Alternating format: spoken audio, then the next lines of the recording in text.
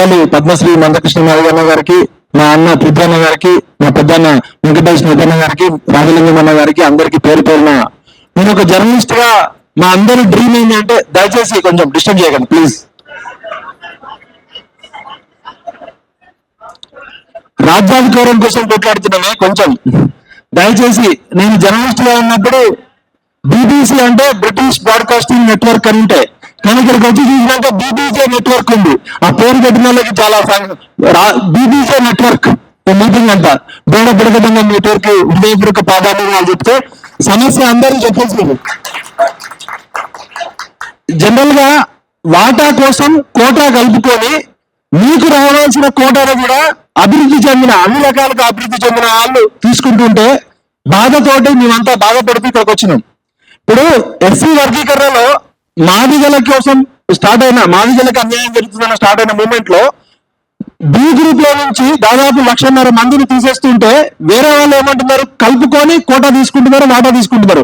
కానీ మందకృష్ణ మాదిగన్న గారు మీరు బి గ్రూప్ నుంచి ఏ గ్రూప్ లోకి వెళ్తే స్వాగతిస్తూ సమర్థిస్తూ ఉన్నారంటేనే మందకృష్ణ గారు మానవతా హృదయాన్ని అర్థం చేసుకోవచ్చు. వేరే వాళ్ళేమో వాళ్ళని కలుపుకొని వాటా కోసం కలుపుకొని కోటా వాళ్ళు తీసుకుంటున్నారు. కానీ మీరు బి గ్రూప్ లో ఉంటే వద్దు, వాళ్ళు బి గ్రూప్ లో ఉండొద్దు, ఏ గ్రూప్ లోనే ఉండాలి, ఎందుకంటే వాళ్ళు మాకన్నా వెనుకబడ్డ వాళ్ళని చెప్పి మీకు మీ హక్కుల కోసం కొట్లాడుతున్నా అక్కడే మానవత్వం ఉంది, అక్కడే విశాల హృదయం ఉంది. అది కదా అర్థం చేసుకోవాల్సింది. ఆత్మగౌరవం, సామాజిక న్యాయం, రాజ్యాధికారం. సుప్రీంకోర్టు తీర్పు వచ్చినప్పుడు చాలా మంది పృథ్వన్న, నేను మీ అందరికీ మద్దతు తెలుపుతున్నప్పుడు మమ్మల్ని చాలా మంది మేధావులు ఏమన్నారంటే అసలు సుప్రీంకోర్టు తీర్పు ఇవ్వలేదు, సలహాలు సూచనలు మాత్రమే ఇచ్చిందని చెప్పారు. పెద్ద పెద్ద మేధావులు, పిహెచ్డీ చేసిన వాళ్ళు, లాలో సుప్రీంకోర్టు అడ్వకేట్లు కూడా తలలు పట్టుకున్నారు, ఇది సలహానా సూచన తీర్పు అని.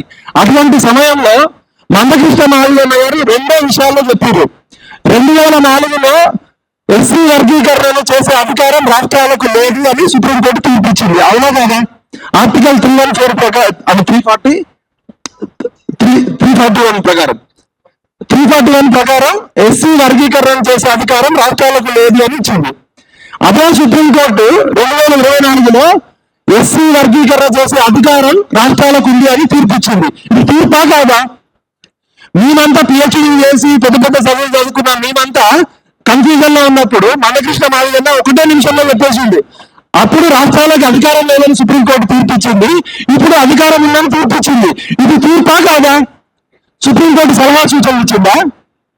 అంటే ప్రజల్లో పనిచేస్తే, ప్రజల కోసం పనిచేస్తే అన్ని విషయాలు అనుభవపూర్వకంగా అర్థమవుతాయి. ఇవాళ సుప్రీంకోర్టు ఏం చెప్పింది? ఎంపరికల్ డేటా చెప్పింది.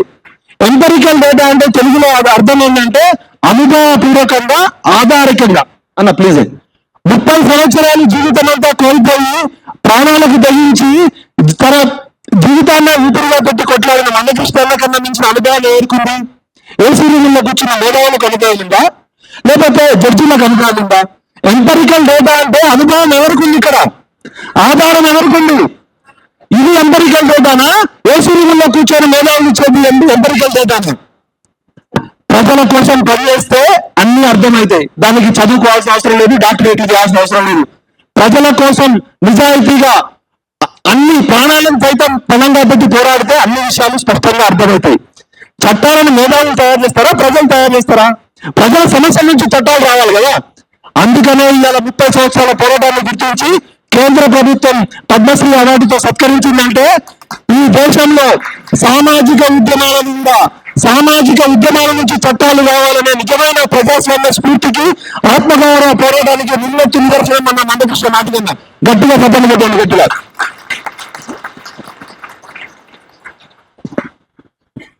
ఇవాళ నేను ఒక పిహెచ్డీ చేసిన జర్నలిజం, నేను కోటి ఉమెన్స్ కాలేజీలో అసిస్టెంట్ ప్రొఫెసర్ గా పనిచేసిన. నాకు నెలకు జీతం 1,50,000 2 లక్షలు వస్తుంది.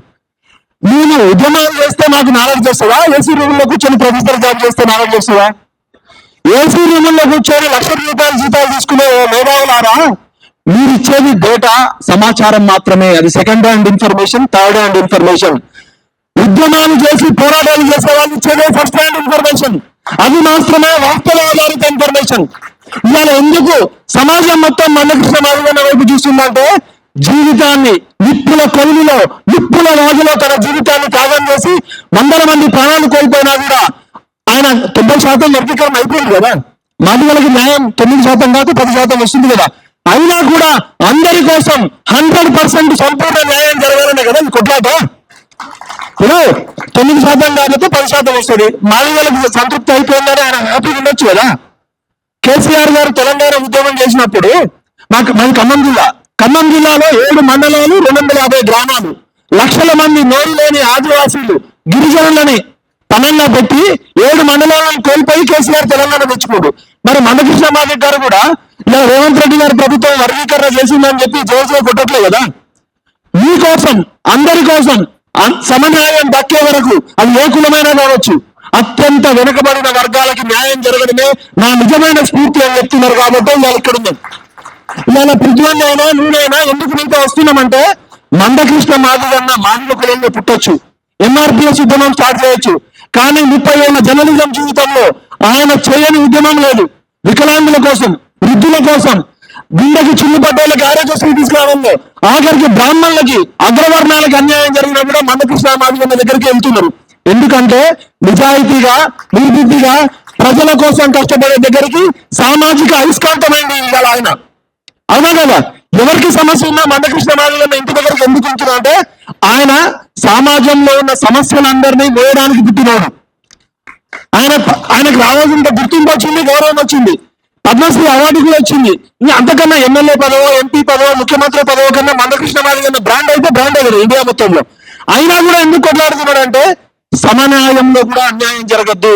సుప్రీంకోర్టు ఇచ్చిన తీర్పులో న్యాయంలో కూడా అన్యాయం ఉండద్దు. అందరికీ అభివృద్ధి తెలంగాణ కావాలి, ఆనంద తెలంగాణ కావాలి, సామాజిక తెలంగాణ కావాలి. దళితుల్లో అత్యంత వెనుకబడిన వర్గాలకి 1% నష్టం కూడా జరగద్దనే ఆయన పోరాటం. అవునా కదా. ఇప్పుడు బలగం సినిమాలో మొగలయ్య కొమరమ్మ ఇద్దరు గురించి తెలుసు కదా మీ అందరికీ. ఆ ఇద్దరు కళాకారులు కదా. మరి కళాకారులు అంటే కళాకారులను గౌరవించుకోవడం మన భారతదేశం సాంప్రదాయము, గౌరవం కదా. మరి అలాంటి కళాకారులు బుర్రకథలు చెప్తూ హిందూ మతంలో ఉన్న మన దేవతల గురించి చెప్పుకుంటూ అనాథగా వచ్చింది కదా. మరి కళని కాపాడిన కళాకారులు ఇవాళ రోడ్ల మీద భిక్షాటన చేస్తున్నారు అంటే అది మనందరికీ సిగ్గుచేటా కాదా. ఇవాళ క్రాస్ రోడ్ లో అడుక్కునే పరిస్థితి కళాకారులకు ఉందంటే అది ప్రభుత్వాల వైఫల్యమా కాదా. గుడిసెలు, తాటి ఆకులు, చదువు లేదు, డోరాలు, సంచార జీవితాలు గడుపుతున్న మా బుడగ జంగాలు బేసికల్ గా కళాకారులు. ఈ భారతదేశ నాగరికతని, సంస్కృతిని తన సంవత్సరాల తరబడి, వేలాది సంవత్సరాల తరబడి మీ నోటి వాక్కు ద్వారా ఇవాళ భారతదేశ సంస్కృతిని, హిందూ మత గొప్పతనాన్ని కాపాడిన కళాకారులకి చెప్పట్లు కొట్టాలి గట్టిగా. అలాంటి కళామతలు నుట్టిబిడ్డలు ఇవాళ అడుక్క తింటున్నారంటే కనీసం మీ కులాల్లో ఒక ఐఏఎస్ లేడు, ఒక ఐపీఎస్ లేడు, ఒక గ్రూప్ 1 ఆఫీసర్ లేడు, ఒక ఎమ్మెల్యే లేడు, ఒక ఎంపీ లేడు, కనీసం కార్పొరేట్ విద్య కూడా లేదు. ఏకైక ప్రొఫెసర్ డాక్టర్ ఎన్ఆర్ వెంకటేశం మా ఉస్మానియా యూనివర్సిటీలో తెలుగు డిపార్ట్మెంట్ లో ఉన్నాడట. ఇంత పెద్ద కులానికి ఒక్క ప్రొఫెసర్ మాత్రమే ఉన్నాడంటేనే అది మీ యొక్క అభివృద్ధి సూచికలో మీరు ఎంత వెనుకబడ్డారో తెలుస్తుంది. అలాంటివి గ్రూప్ 1 లోని తంబాల, మన్నే కులాలను వాళ్ళు అభివృద్ధి చెందిన కులంలో నుంచి మీ దగ్గరకు వచ్చారు. ఒక బలవంతుడిని, ఒక బలహీనుడిని కలిపితే ఎవరు ఓడిపోతారు, ఎవరు గెలుస్తారు? అది సహజ న్యాయం కదా. దానికేం పెద్ద న్యాయశాస్త్రాలు చదవాల్సిన అవసరం లేదు కదా. కాబట్టి సమఉజ్జీల మధ్యనే పోటీ ఉండాలి. సమాన అవకాశాలు పంచేటప్పుడు సమాన స్థాయిలో ఉన్న వాళ్ళనే తీసుకోవాలి. కాబట్టి దయచేసి హైదరాబాద్ పబ్లిక్ స్కూల్లో చదివిన వాడిని, గవర్నమెంట్ స్కూల్లో చదివిన వాడికి మధ్య పోటీ పెడితే ఎవరు గెలుస్తారు? కాబట్టి ఇవాళ మీకు గ్రూప్ 1 లో జరుగుతున్న అన్యాయం మీరు ఉండడం కరెక్టే.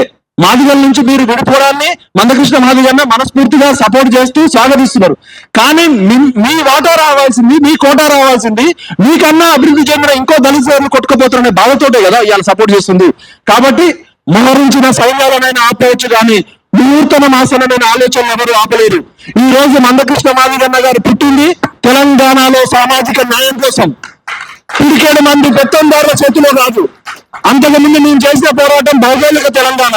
ఇవాళ ఎస్సీ వర్గీకరణ కోసం జరుగుతున్న పోరాటం కేవలం ఎస్సీల కోసం కాదు. ఇది సామాజిక తెలంగాణ కోసం, అందరి తెలంగాణ కోసం, అభివృద్ధి తెలంగాణ కోసం, ఆనంద తెలంగాణ కోసం. ఇవాళ తెలంగాణలో సహజ వనరులు ఉన్నాయి, మానవ వనరులు ఉన్నాయి.